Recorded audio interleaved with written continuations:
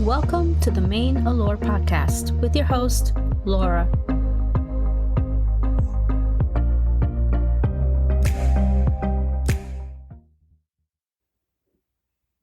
Welcome back to the Main Allure, the space where we glow up from the inside out. I'm Laura, your resilience cheerleader, self-discovery navigator, and the girl who once cried over a broken nail, but I am stronger now. Today, we're going to talk about resilience, aka your emotional bounce back muscle. We often care about our quads or doing squats, but in reality, this muscle is the most important one of all because it helps us get through the difficult times. And spoiler alert, it's not just for people running marathons or surviving a crazy challenge. It is for all of us. Resilience isn't about being unbreakable. It's about bending without snapping, like a flexible yoga mat, but emotionally. It's what helps us survive heartbreak, job rejections, those awkward DMs that you end up sending your crush that you never responded to, and that weird transactional phase where life feels like a loading screen, where you're not sure what's going to happen next, but you have to be prepared for it. Think of resilience like a Wi-Fi signal, and some days it's strong, you have those 5 bars, you're thriving, you're living life, everything's great.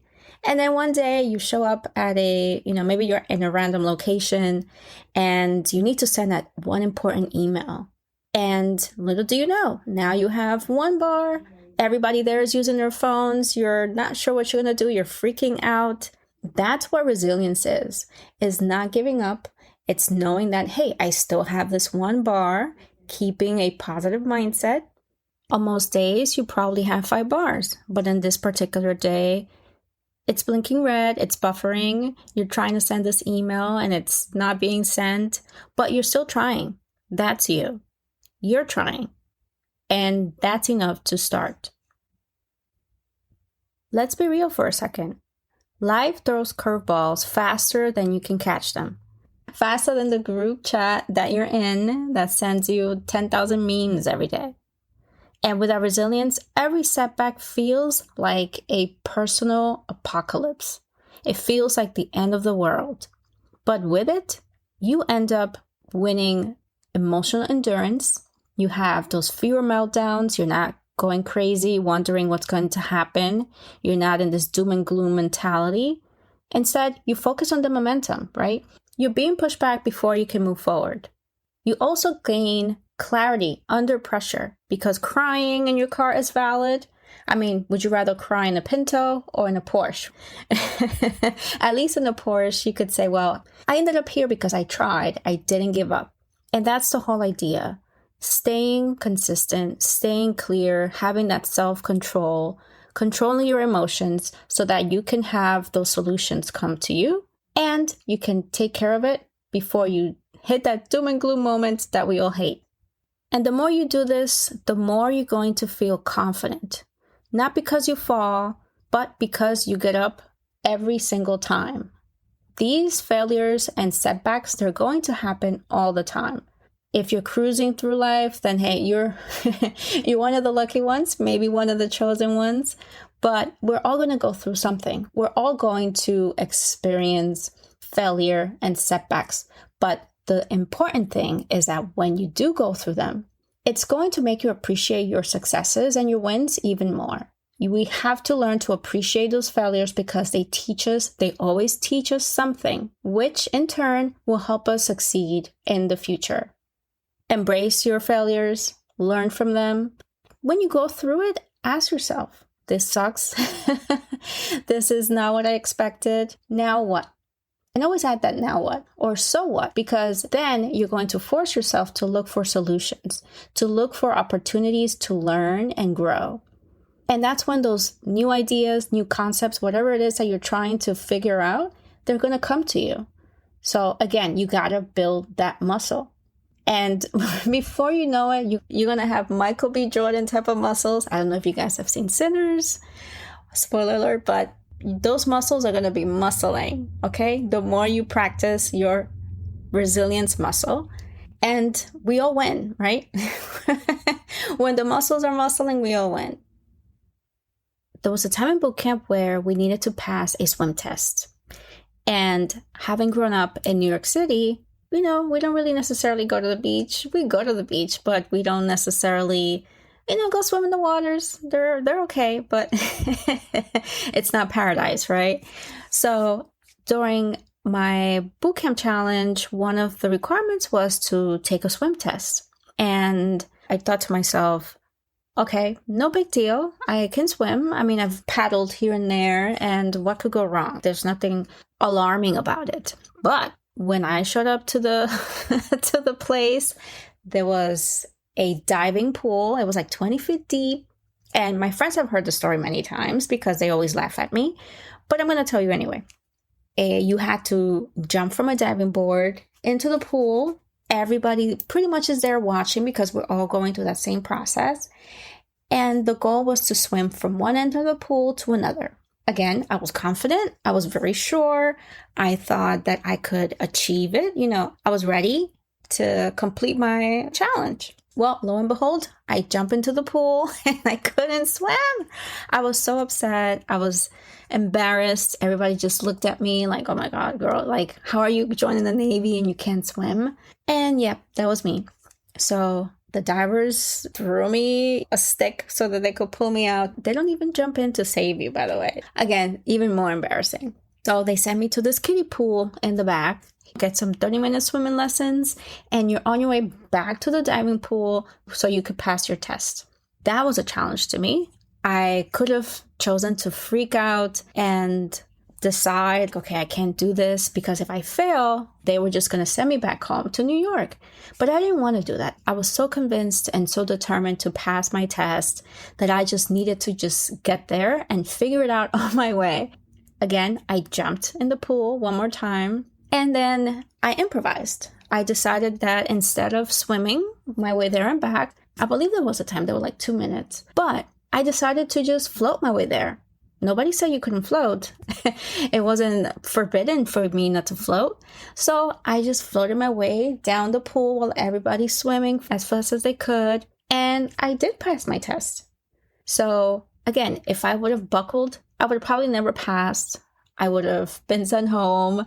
I would have been crying, thinking of doom and gloom and my life sucks. But instead, I decided to think positively and figure out what I can do so that I could make this challenge go away because it was hindering my time and my opportunity to graduate. So luckily, it all went well. But that's just one example for how you can look at the bright side of every adversity that you go through, because sometimes that's all it takes for you to improvise, figure out a solution, and wait until the next one because it's definitely going to come. Now, I don't want to paint things like everything is always sunshines and rainbows because there's also the risk of going through too much adversity.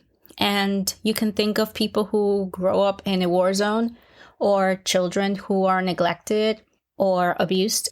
This could have a lasting effect on their mental health over time. And the problem with that is that you almost become too accustomed to experiencing adversity to the point where it becomes the norm. It becomes something that you always expect, that you always think it's going to happen. And as a result, your mind shifts into this idea that, well, I just have to grin and bear it. Nothing is going to change because this is the way it is. But the truth is that we have to also consider that these types of adversity could have a lasting effect. Maybe the first time you go through it, you say, okay, sure, you live and learn. But if it happens the second time, you say, well, resilience got me through it, right? This is the whole positivity thing, that you can overcome anything and just figure it out. But then when it happens a third and fourth time, you ask yourself, well, what haven't I learned? And this is when your mental health starts changing and your coping mechanisms begin to shift to a sense of survival. And oftentimes we start to not only blame ourselves, but also externalize things because now there's nothing that we could do. We are helpless. Now you're thinking that everyone else is the problem. You're going through things because of everyone else. And so we have to kind of understand and remind ourselves that we can still have a positive outlook to the point where you don't have to think that the world is against you. You don't have to embrace that victim mentality. You should instead look on the bright side and seek to make changes to change what is no longer serving you. And that is the point where perhaps it's a good time to seek professional help in order for you to change that mindset from blaming the world to now focusing on yourself and begin to build that muscle, that resilience muscle that you so need. Now, here are some ways that you can strengthen that bounce back muscle. And you could do this anywhere. You don't need a gym membership. So I will give you some pointers on how you can strengthen this. And the first one is to reframe how you speak to yourself. Instead of saying, woe is me, my life sucks, how is this happening to me? Think of, why is this happening for me? What is it trying to teach me? And again, reframing that mindset to think, what is the world trying to teach me? What is this problem trying to teach me? And what can I learn from it is a good way to start. The next one is to normalize failure. And sometimes, it would be amazing if none of us failed ever. But if nobody failed, then we would kind of be desensitized from success, probably. Failure isn't the opposite of success. It is part of that process. Make sure that you're embracing your failures, like I mentioned before. Because without failures, you don't get to appreciate your successes in the same way. So embrace your failures and learn from them. The third one is to build your bounce back routine. There are going to be times in which you're going to go through adversity, challenges, problems, but always remember that you have to figure out a way to bounce back every time. And sometimes it's going to require a routine. Maybe you like to journal. Maybe you like to eat, your favorite burger because that's what gives you comfort. Maybe it's just blasting music. I have a crappy music playlist that anytime something bad happens, I go listen to it. It's filled with upbeat music that I love, music that makes me smile, that makes me want to dance, and it makes me forget about the problem. Once I do that, it makes me want to recharge and start thinking about what can I do better? How can I improve myself? And that's part of the plan. Sometimes we think that being resilient means that you could do everything on your own, that you don't need anyone. And the truth is that we do need people. We do need to lean on each other. Resilience isn't a lone wolf energy. It is okay to borrow someone else's strength once in a while, just so that you can rebuild yours. It is okay to ask whether it's a friend, a parent, a neighbor, even your pet, whatever kind of support you can get. Try to lean on it when you can so that you're not dealing with it alone. Because the truth is that when we deal with too much adversity on our own, it does tend to wear on us. It does tend to make us feel tired and not wanting to push forward anymore. So I definitely encourage you that if you're feeling like you need to speak to someone, even if it's a professional, please do it. Find ways to cope, because that's one of the most important things about resilience is knowing how to cope, knowing how to bounce back. And the last thing is to celebrate your wins. If you don't celebrate your wins, what is the point? The same way you tend to focus on the problem and how horrible things are going, that's when you need to go in and celebrate when you do overcome it. And when you overcome it, think back to that problem and say, wow, remember how miserable I was back then, or how upset I was because this happened? And sometimes you look back and even laugh about it. I remember doing that with a friend recently where we were like, hey, remember that time when we worked together and we were just going through so much? And then boom, before you know it, we're just laughing about it because it's something of the past and we're both in better places now. So remember that. Don't just tend to dwell and ruminate on your problems. Make time to celebrate your wins. You answered that tough email. That's a win. You get out of bed in the morning. That's a win. You ate half of your fries instead of the whole, large. That's a win. Celebrate your wins, and no win is too small. Now, for homework. Hey, remember, this is why you're here. This is why you're listening. So your Main Allure mission this week is to write down one thing that recently knocked the wind out of you. Something that left you absolutely devastated or upset or angry or mad. Something that you wish would have gone differently, wish would have had a better solution, a better outcome. And then list the 3 ways that you bounce back or are starting to bounce back. Maybe it's something you're going through right now. You're more resilient than you think. And so make sure that you give yourself credit, write it down, think about where you are right now, where you're going, and start practicing. Start building that muscle today. If you ever find yourself looking for inspiration on what it looks like or what it feels like to have resilience, I want you to look up this documentary called Penguins.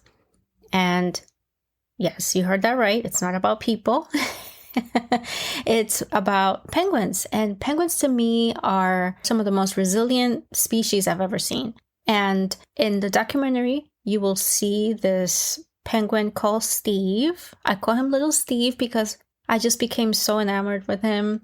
And the reason is because when I tell you that this little penguin was all over the place, he didn't know where to go. He found himself in the wrong place. He was kicked out of one group. But despite everything that he went through, Steve was always, you could tell that he was just always taking things in stride.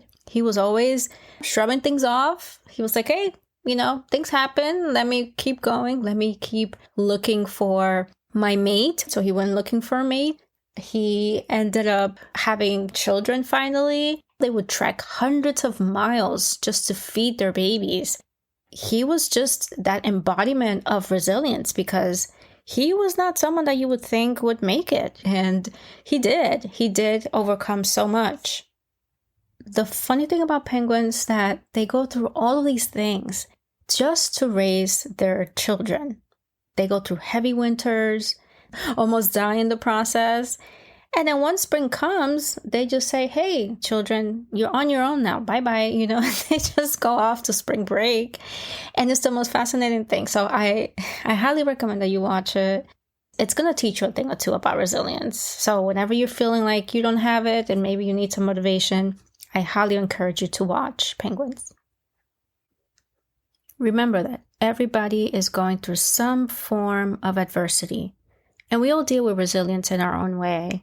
So whenever you're going through something, there's someone out there who's going through the same thing, probably worse. Your neighbors are probably going through some things. People in your family, friends. Don't feel like you're the only one who is going through something. Your resilience will get you through each and every time. Resilience isn't about being fearless. It's about facing life anyway. With the messy hair, with the tears running down your cheeks. There's a whole lot of grit that comes with it. And you've got this. You have to keep rising. You have to keep laughing through it. Keep becoming the main allure of your own story. You got this. Thank you for listening to the Main Allure podcast. I appreciate you for listening. Don't forget to like, share, and subscribe. And until next week, bye.